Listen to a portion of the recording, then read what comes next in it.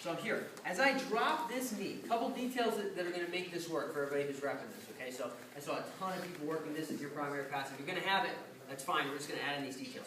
This arm is going to be in, so hand on the ribs, elbow inside the knee. Really annoying thing that can happen with this pass, if I don't have this in place, and if I don't drop my forehead to touch his shoulder by the time my knee touches the ground, here, if I don't do this with this hand and do that forehead thing, what happens all the time with this pass is York does what with his other leg?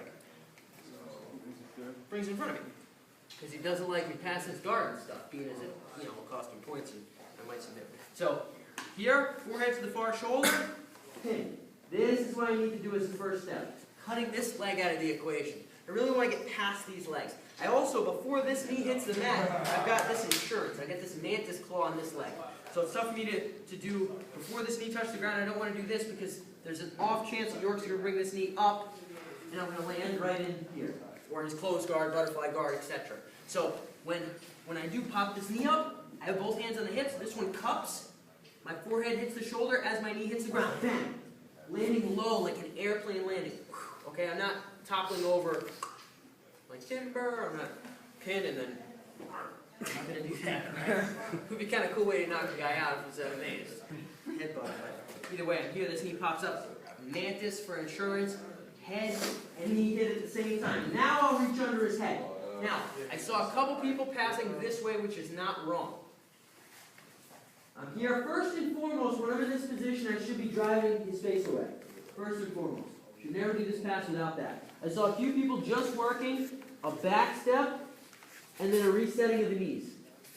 That is not necessarily incorrect. However, when you get to higher levels, you're going to have a higher level of insurance on the hips. York's a really scrambly guy. If I backstep, he's going to be following me with butterfly hooks and half guard and doing whatever he can to make sure I don't pass. So as I'm here, mantis, hip, my elbow's on the inside of the knee, head hits that far shoulder, I come under. What I want to see ideally here is coming under this leg. Now I don't need to scoop it and do anything with it. I just need this straight arm on the inside of the knee.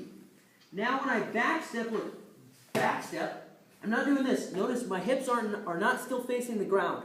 This is not far enough, nor does it load enough pressure on York's face. When I backstep properly, my hips will tilt to a 90, a lot more pressure, release, plant my knee. That whole time it's impossible for his hips to reorient towards me.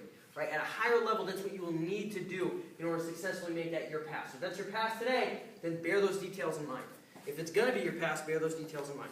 So we're here, however I break the guard, bang, mantis claw, pin, landing low like an airplane, here, inside, back step. All the pressure's on York's face. Release, plant the knee, plant the elbow. Consolidate, right? Notice York is looking that way. He's looking at Jimmy's feet. York should be looking when you settle into good side control. Okay, you need to stay here, pretty good? No. Okay, cool.